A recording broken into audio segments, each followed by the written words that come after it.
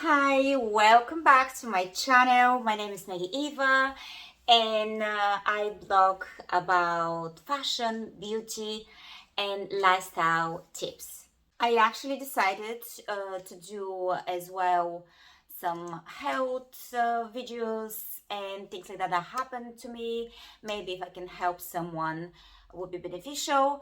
And in that direction, today my video is going to be all about my laparoscopic operation of endometriosis and the whole experience. Literally, we're from the hospital, before, checking in, afterwards, my symptoms, what's happened, and all these little questions you may have if you've been diagnosed with endometriosis, or if you haven't and you're just about to have a laparoscopy just to find out if you have any. If you've been following me, I actually last year been diagnosed with fibroid, and I had the laparoscopy operation to remove the fibroid, which it was successful and was amazing, and I felt a little bit better for the first 2 months, but my health issues were keep going on and on and on. So it's like I never had operation. It was the same symptom, the same struggle. So obviously at that point I did not know I had endometriosis, and I was just trying to figure out what's happening with my microbiome or my gut or any other health issues I might have with the women's reproductive system in general. So let me stop talking and let's start the video. See you in a minute. Hey guys, today is my laparoscopic operation, and I'm just in the car, and I'm kind of wanted to film this just before I go to the operation. And today the operation is basically I had ovarian cyst, endometrioma, which has burst, and they just wanted to check if to take biopsy and just to check around my ovaries to see everything is okay, and if I have endometriosis or no. Hopefully no, probably no, but I will let you know later on. So yeah, this is my journey. It's been a while. I mean, I kind of gonna film everything, like my day when I wake up, when I get there, when I check in, and then I'll let you know later on. So please stay with me and fingers crossed. Bye.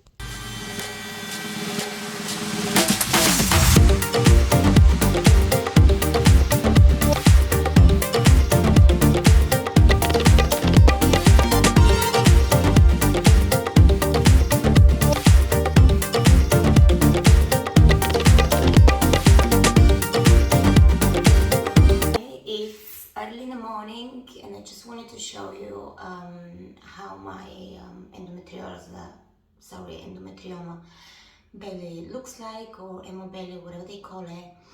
I haven't had anything yet. I just woke up, so I just literally just to show you and how it changed during the day. So I'm gonna show you how I look like usually.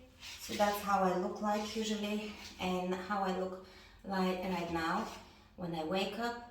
So how that usually I look like and how I wake up. So as you can see, everything is like moved so forwards. And I've been pregnant before, and that's usually about 4 months pregnant.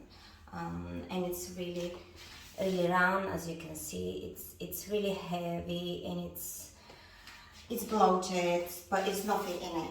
I mean, it just stays bloated all the time. It's painful because it does feel tight as well, so I can't really wear anything. There's a pressure all the time here, like literally all the time when you breathe as well. And I feel really I feel really exhausted. Like I wake up exhausted. My muscles, my body, I feel hot all the time, or cold, or sweating, or it's like my feet swollen, on and on and on, that literally 24/7, and it's been like that for more than a month. And after I started having this for like 2 weeks, I decided to, I'm probably perimenopause or whatever, and I'm thinking I'm gonna go and check myself, because as I had a fibroid last year, I just wanted to make sure there's nothing inside before me starting the hormonal therapy, if I decide to go for it, basically. And then I went to gynecology, and I had my ultrasound scan, and then they found I have endometrioma, or it calls chocolate cyst, in my left ovary, deep inside, which is 2.5 centimeter. And bear in mind, a month ago, I finished my treatment for my Sibo, and I was perfectly fine. I was flat, like, oh my god, this is the picture, like literally, I was amazing. I feel healthier. I just unbelievable. My hair started going back strong after the operation and everything, because it was falling last year. And hope this just come up. So basically, if I didn't go and check myself, I wouldn't know. I thought maybe it's just the SIBO again, or maybe anything. Maybe it's the perimenopause, but it turned out it's, yeah, that's what it is. It's just so yeah. So basically, grew from my thinking for a month, 2.5 centimeters straight away, and I had having the symptoms. Hey everyone, the operation is over and I'm feeling okay. I actually had the operation last night afternoon, and I could not film last night because I just wasn't myself. But today I feel better. I didn't have any food during the operation or just after the operation. Just sorry, not during, just after. Only because I didn't felt. I ordered some, but no, I didn't feel like it.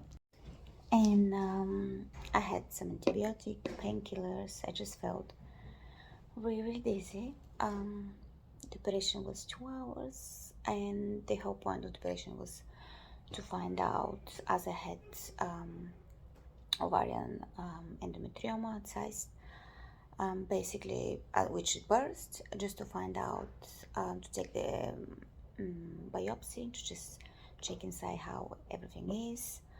I didn't have any other symptoms apart of IBS, SIBO, and all these things, but I was just thinking, you know what, I'm gonna check myself out just to make sure before actually proceeding with the hormonal therapy, just to make sure everything is inside okay. And it turned out that I actually have endometriosis, which obviously seems like I kind of felt it in a way. I mean, it's really difficult to diagnose because you have to have laparoscopic infusion operation to actually find it. It's difficult to find. I mean, I've been having pain like down in the pelvic for over 6 years now, so I'm not quite sure what it's at the stage. I haven't spoken with the doctor yet, but I will talk to him today to see if it's just this or if he cleared it out or he didn't. I have no idea what's happening. So fingers crossed. Let you know. And I feel really dizzy now and tired, but okay. And yes, I'm gonna do some more videos, but just this is the hospital, so I wanted to show you my breakfast. Just one moment. Here we go. Nice. Oop. And I have some scrambled eggs, some fruits. It's so nice, like literally some water, watching TV, and yeah, that's it. Off me again, guys. It's been 24 hours and I'm still in the hospital, which is the HCA cancer unit in the Shard Guys Hospital. And I've been told I'm gonna be discharged in about an hour or so. I'm just waiting for my meds, which I have to use at home. And then I just been served lunch, which is delicious. I just wanted to show it to you. I had to do a video of my lunch. It's really yummy, and the way they actually decorated it is just brilliant. Thank you, guys. Hey everyone, it's time for my update, a weekly update after the laparoscopic endometriosis, severe endometriosis operation. So it's been on almost a week. It's actually 6 days since the operation. And I thought, oh, the pain is gone away. But suddenly after breakfast, I actually had only yogurt. I don't even feel hungry after the operation. I feel bloated and constipated every single day. Like literally, I've been taking tablets to go to the toilet, which it's painful as well, apart from the operation. And I felt really well yesterday. I had a little pain in the afternoon, and that's it. And I took tablets, painkillers, and was fine. But today, after I had a yogurt in the morning, which is the alternative yogurt, just to make sure in case something works out there, I felt such a sharp pain. Like I had to lie down literally in curl for like half an hour or so. Took the moderated painkillers and it went away, but I feel like I'm on a day 2. I just don't know what's happening. So yeah, if you think about it, you're okay. Do not start doing everything at once, like you moving and sharp moves. Do not do that. It will get really painful. So just stick to relaxing, stick to bed, working from home if you can. Don't do lift stuff, heavy stuff, and don't do lots of ironing and stuff like moving. Like, don't do that. I know you think you're okay because that's what I think happened, but you're not. So I'm gonna end the vlog now. Week 1. I'm gonna do another update in about 10 days just to let you know what's happening. My stomach is still enlarged. Yes. So it's really bloated and enlarged. It's just, yes, swollen. But anyway, fingers crossed. Sorry for my messy look. I literally don't, just don't do anything. No makeup, no stuff. I just stay home and I feel okay, horrible, okay? So yeah, okay. So I just wanted to show you my stomach. It's still really massive and it's like so hard and so tight and so painful. I'm not quite sure if that's gonna ever go away, but literally right now, even 3 weeks after the operation, I'm completely the same. That nothing happened, that I did not have an operation. So I don't know, I'm gonna update you again later on, let you know if I actually that disappears somehow, so hopefully, fingers crossed. As you can see, you saw me in the hospital after and all the symptoms and what's happened during there. I think the really important things is what I have to actually let you know during the whole experience. It's basically just be relaxed, don't stress too much because you don't know what's gonna turn up. In the end, I went only for biopsy and it turned out I have a stage 4 endometriosis all around. And they actually missed it last year when I had my laparoscopy operation for the fibroid. But that's another story. I'm gonna do another video on that, so you can find out what you have to do, and if you have occurrence problems, do you have to wait for longer? What you have to do? I'm not a medical expert. I'm just gonna tell you how I feel, and it's quite different from what I've heard from people. But then again, at the same time, that's my experience. Go and watch my next video because I'm gonna answer all the questions, all the situations about diagnosis, about the hormones and everything that's connected to endometriosis, which you probably will ask yourself at some point.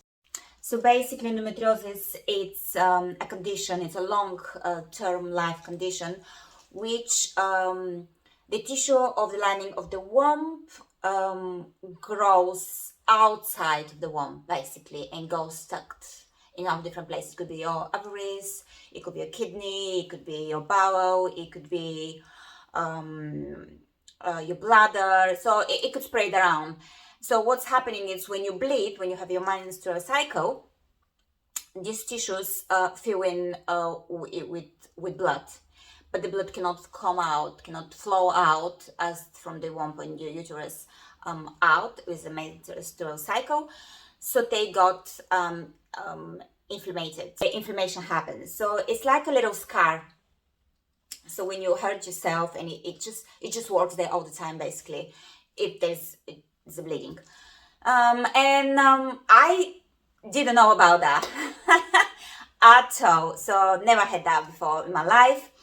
And how I got diagnosed, let's start with that, because it's really, really difficult to diagnose. I never had the symptoms, the most recognizable symptoms of the endometriosis. It's a heavy, painful period, and I never had. This is the number one symptom which everyone have. I mean, the people I know had, and I didn't have it. So basically, doctors automatically rule out that I have endometriosis if I don't have anything shows on the scans or ultrascans and things like that. So automatically, they used to tell me it's nothing like that, nothing like endometriosis. The very first symptoms I had was, I think it was 5 or 6 years now, and I have pain during sex, which it's quite common, to be honest, but lots of people think, oh, it just happens, and it's all about you changing the position or doing something else, which you think it works, but then if it's reoccurring and it's keep coming back and it's coming back, you kind of start thinking, oh, well, that's not normal. Well, obviously it's not normal, and you go to the gynecologist and ask them what's happening. So at that situation, what's happened to me, I always look after my health, and I decided I'm gonna go and check myself out because I had a copper coil, and I thought maybe it's something happening with the copper coil, and I have to change it. I went to the doctor, and you have to. It's just amazingly crazy, to be honest with you, because they look at me, they check the coil, everything was fine, my blood test results were fine, and all other things they checked, it was okay, the ultrasound. And automatically the doctor asked me if I'm depressed. Yeah, it's a common actually question. It's like thinking you're depressed, or your husband is maybe beating you up, or something dramatic happened in your life, or someone is you have something major happening in your home in general that actually makes you feel that way. And at that point, I'm like, what? What are you talking about? No, that's nothing to do with it. So they basically didn't give me anything. They said, oh, you're fine. It's in your head. And they just left it. So what the pain feels like, which is really important. I don't think anyone explained this on any of the videos I watched. What the pain feels like. It's basically down in the lower abdominal area. You feel like someone is tearing you apart. That's what the pain feels like, okay? It's not just one poke, one thing. It's just someone is tearing you apart. So that's what it feels like. And it's really important. I think this is one of the symptoms which I don't think people talk about it at all. And it's, to me, it was the number one symptom which I had, and never had any of other symptoms. As well, you can have another symptom which is very common. It's periods for every 2 weeks, or really painful long periods, and so on and so on. You have headaches, you have tummy problems when you eat, when you bloated, and all these things comes up. I didn't have any of this until the latest stage, or the last stage, basically. So just to bear in mind that you can have this. That's why I get undiagnosed for so long, because you will have a symptom. You will have a symptom. The problem is, the symptom will be like any other symptom. It could be a headache, it could be a back aching, it could be you've been drunk, it could be anything. So you wouldn't think it's endometriosis because it doesn't come up to you, or you are not aware of it at all. And then when we think about all these things that happen, it's like how I found about it. So all this pain, I brushed it away. The doctor said it's fine. So I just kind of dealing with it. Let's put it that way. Just dealing with it. How we're doing as women, we're dealing with everything else, and it's all fine. What was the trigger point which happened to me that I actually had to go to the doctors over again? 4 years actually after my first symptom.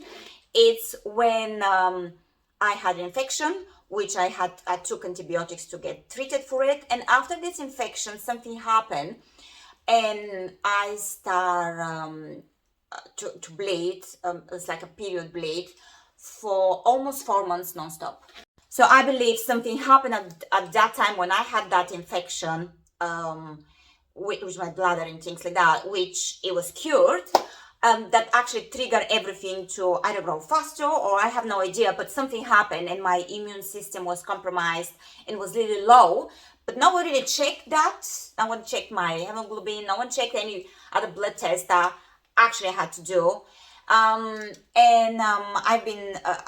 actually went to NHS, which they did not help me whatsoever. They lost the blood test a few times. They sent me to the wrong ones, and it's not the NHS, the doctor itself. It was the receptionist and the people who actually you go through before to see the practitioner, which it's just so sad because they're the one that delaying your treatment in the very first time. It's nothing to do with the doctors. They are professional. You just cannot get to them.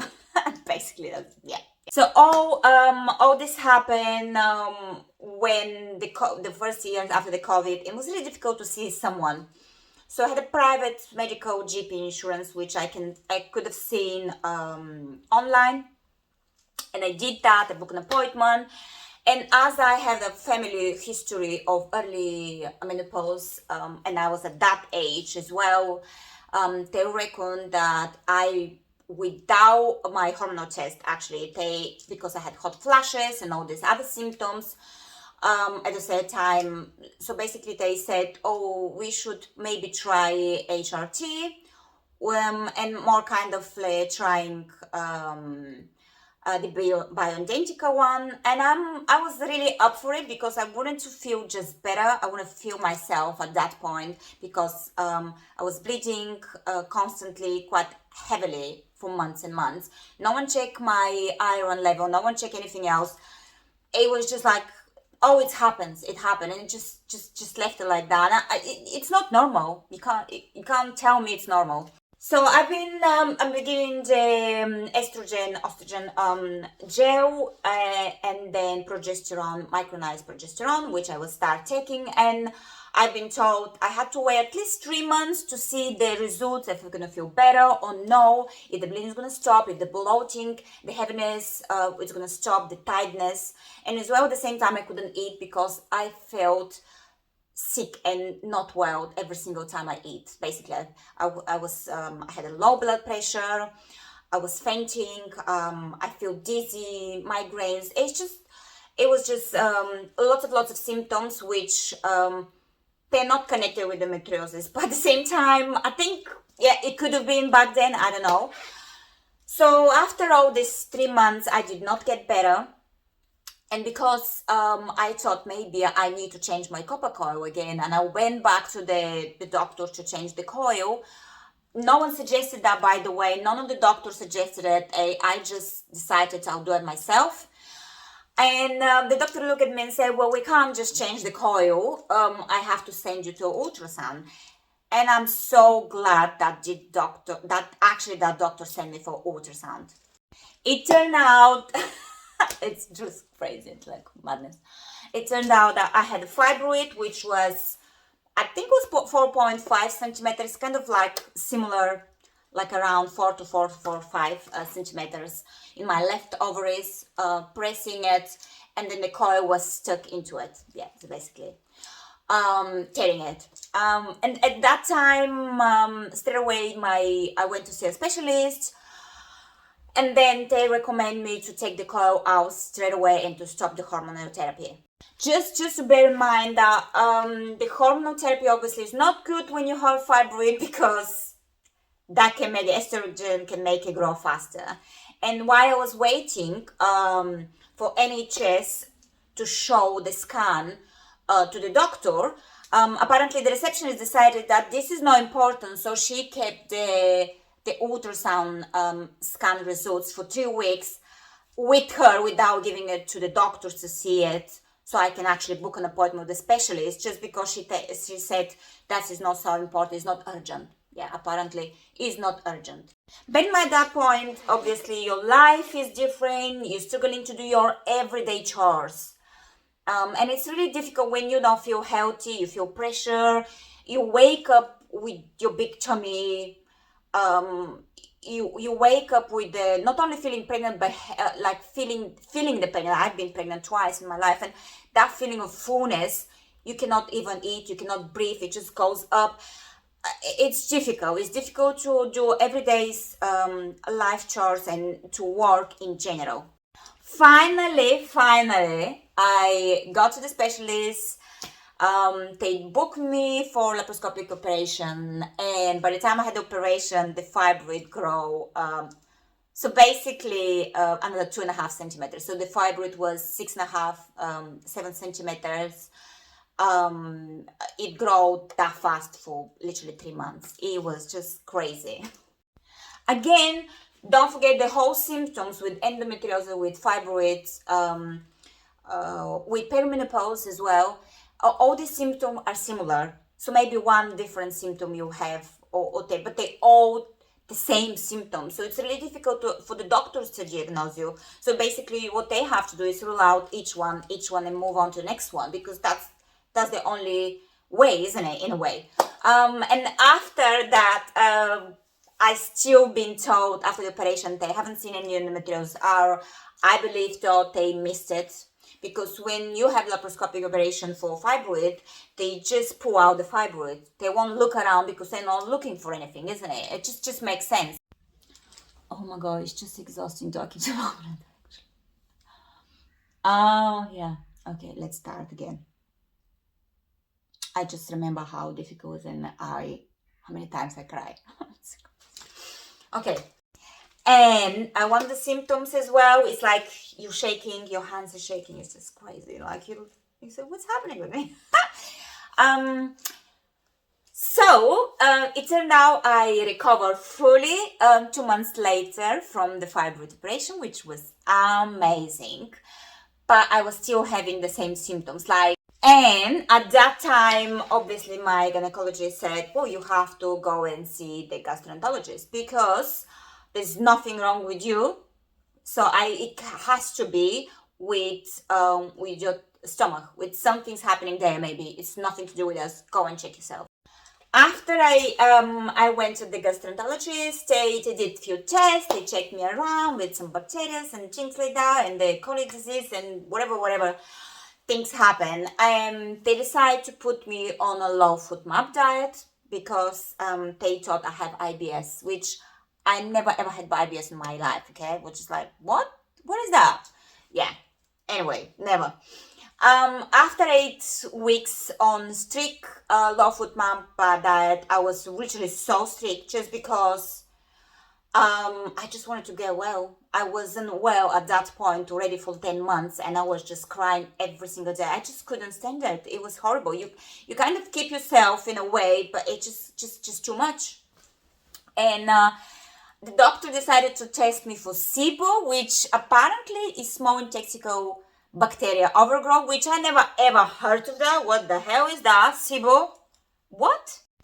And I got tested positive for hydrogen Sibo. I'm like, what's happening, really? One after another. Really? Alright, maybe it's boring for you now, but I want to show you some of the videos or whatever, or photos as well, how I look like with the Sibo at that time. Even though I had obviously the fibroid removed and I was healthy, but I wasn't. So yeah, let me show you. You can see the extent of the way you feel and you look, and it's not just for a couple of days. I was feeling at that point, and I was looking like that at that point every single day for 10 months. So it's a non-stop 24/7. There's not a day I wake up and I'll look normal, I'll feel normal. It wasn't a day at that time. And obviously because with the Sibo it's really difficult apparently to treat. I wasn't aware of that whatsoever. But after the low FODMAP that did not help, the doctor decided they were going to give me antibiotic, which is rifaximin, I think. By the way, it's one of the most expensive antibiotics just because it's not FDA approved. So you have to pay around 300-400 pounds for it, one round, which is 2 weeks of antibiotics. So just to bear in mind, if you can get hold of it, NHS did not prescribe the antibiotics, but maybe they could have, I don't know. I could never actually see them to do that. So I had these antibiotics, took them for 2 weeks, and I felt amazing for the next 3 weeks. I followed the recovery diet. I took probiotics and everything was perfect for 3 weeks. And then bam, the symptoms started all over again. At that point, the gastroenterologist told me she will see me again because to cure SIBO, it's really hard. So it takes years, apparently. Yeah, I know. But she never explained to me how I get the SIBO in the first place. So what I found out, it's SIBO usually occurs when you have an underlying cause. And if you try to treat SIBO with antibiotics or any other diet or anything you do, but you don't treat the underlying cause, you will have SIBO again. It will return. So taking antibiotics or treating yourself or doing that, it's not going to help. Okay? That's it. But no one told me that, unfortunately.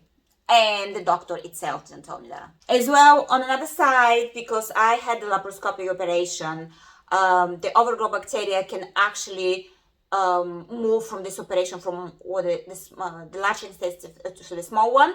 So that's another option for moving the bacteria if you don't have any other diseases or things like that, which I didn't. But they did not explain that either, okay? So I had to find this information myself. At that point, I was like, I don't know what to do anymore. I was just like, should I return to a gastroenterologist? Should I, ask something else? But before going back to the gastro, I decided I'm going to go check myself with the gynecologist again, just because I was having the perimenopause symptoms, like everything. And decided, you know what, I'm going to give the HRT another go because I want to use them. I'm under 45 and I don't want to get a heart attack, osteoporosis, or all that kind of stuff, which is so scary. And I have a family and I want to be healthy. I want to feel good.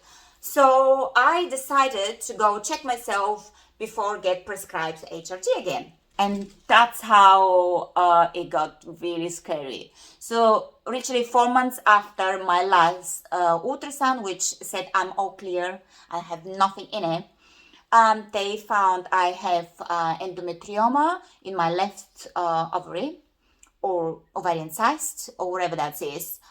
And I'm like, oh my God. And it was already 3.5 centimeters. So it's quite large to grow up for 4 months, basically. And obviously, and I'm like, what? Maybe that's why I was blocking all this long. It wasn't, obviously they removed the fibroid. It wasn't the SIBO. I'm treated for SIBO. I don't have it anymore. And I straight away focused on the endometrioma and just to check what's happening. But no one actually explained to me that this is one of the signs of endometriosis. None of the doctors told me that. Okay, just to let you know. So you just educate yourself. This is really important. Okay, it's just crazy. So I did that, and they said, "Oh, because that happens to every woman. Don't worry about it.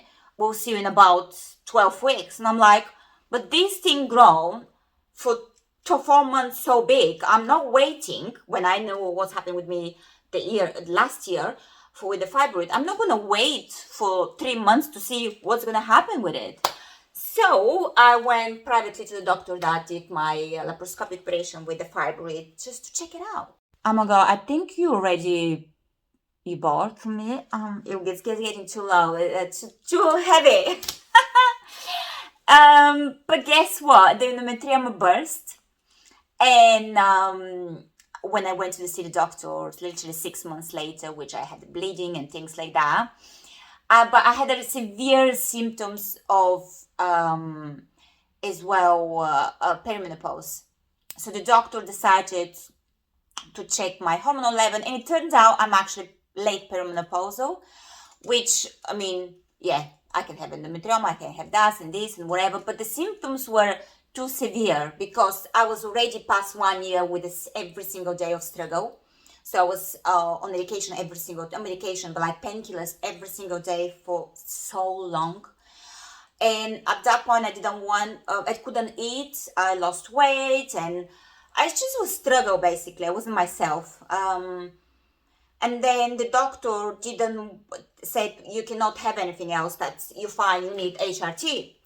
But because I was so persistent to check and to have a biopsy from the endometrioma which burst, I just wanted to make sure it's not cancer, it's not anything else, it's not. And he was reassuring me it's nothing.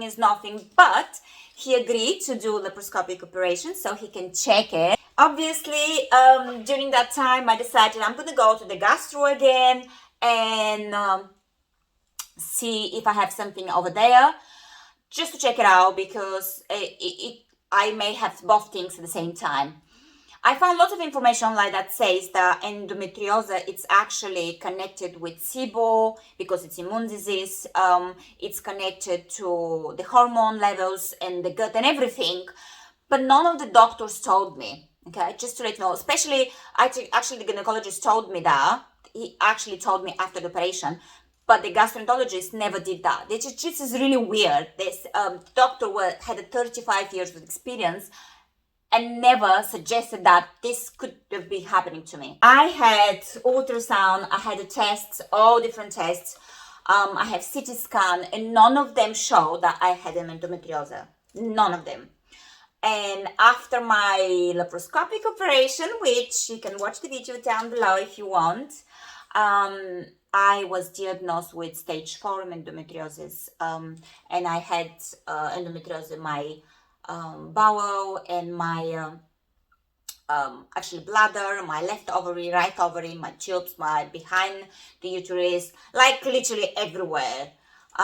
It could be a little bit up in the kidney. I have no idea. Take no check. I just don't want to think about it. But then none of the other things showed that I had any. So literally it was a luck that I had endometrioma. They had to open up and check a biopsy of the size. The doctor itself was actually telling me he was so happy he opened it up and agreed to do a laparoscopic operation, which was actually, if I went through NHS, I was going to probably refuse to have a laparoscopic operation because none of the results showed I have endometriosis, which is that's what I think it is. I mean, my friend had a stage 2 endometriosis and had 5 operations over the 10 years time, and every single time she's been diagnosed with the simple ultrasound, and I was stage 4 and they did not notice it. So it's really alarming. Please go and check yourself. If you have any symptom, it could be one symptom, you go and check yourself and you keep a diary about the symptom. This is so important. Now finally, laparoscopic is over. I'm clear of endometriosis for a while because it's an immune disease and it will come back, unfortunately. I don't know how fast. But my symptoms were still there.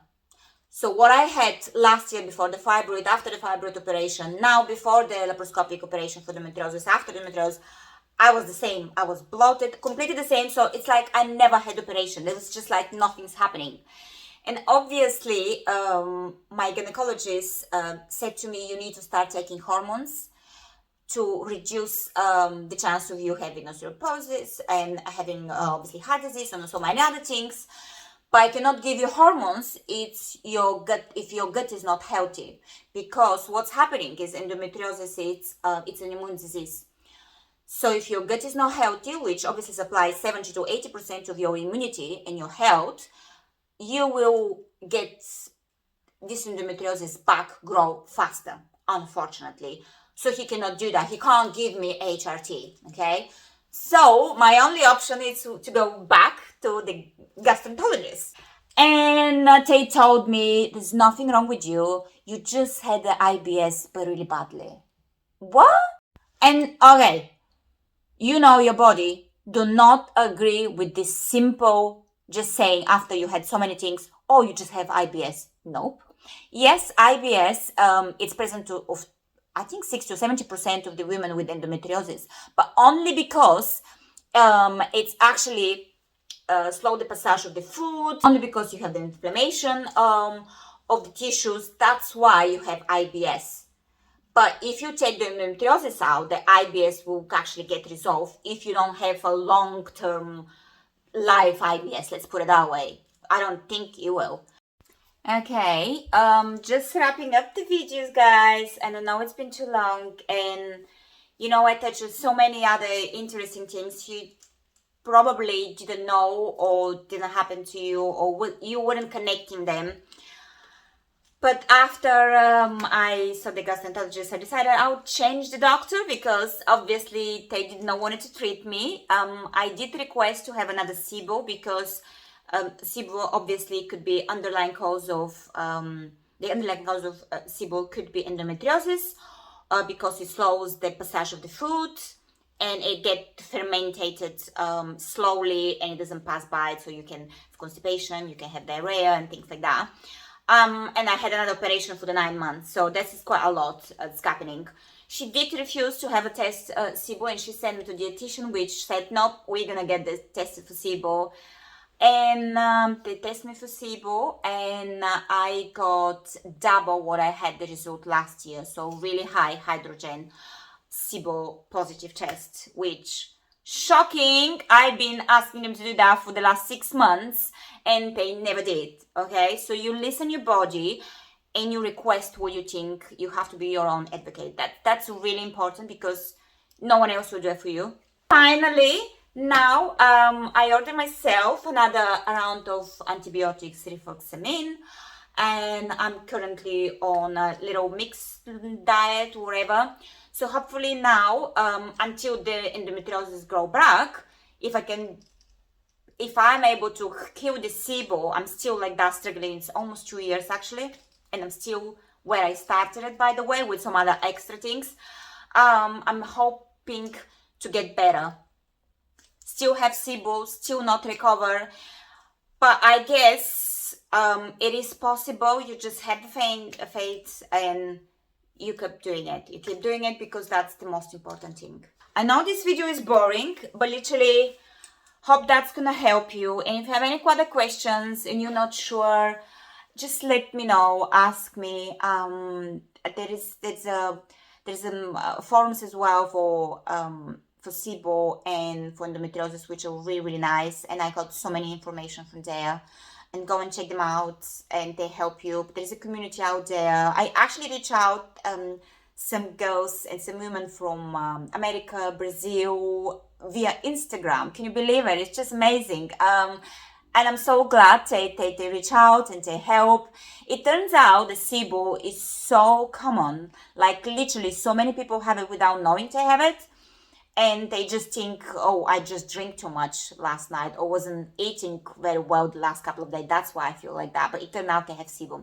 So this is really important to check yourself. Hope I helped someone today. I'm still in my recovery. I'm still not 100%. But I think I'm in the right route. So yes, keep it positive, keep it smiling, and be happy and healthy.